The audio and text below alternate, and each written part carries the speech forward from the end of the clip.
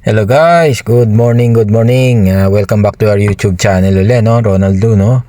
So, ngayong araw na ito, sinama ko lang kayo dito sa alagaan ng manok. Ito po ay ilan sa ating mga inuumpisahang subukang paggalawin, ano? So, kasama po sa atin ang ating pagpapakaskas, ano?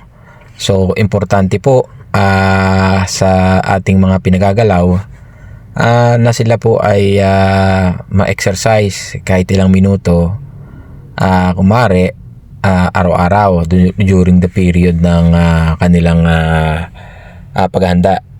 So, importante po yan para sa kanila ay nakakagalaw at ang mga binti nila ay napipilitang gumalaw sa pamamagitan ng pagkaskas.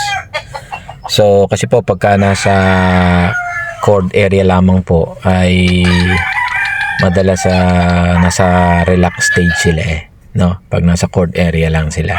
So, dito na pupuwersa natin silang gumalaw at kumaskas. So, malaking bagay po yan sa muscle development na isang importanteng bahagi sa ating paghanda.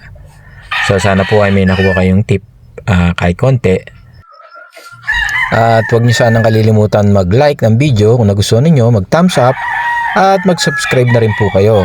Tingnan niyo po yung ibang video ko dyan patungkol sa ating pag-aalaga at baka kayo po ay may makuhang tip na maganda dyan. So, pagbabahagi lang po ng munting nalalaman natin. So, sharing lang po tayo at bahagi niyo po sa inyong kaibigang maaaring bago lang po nag-aalaga.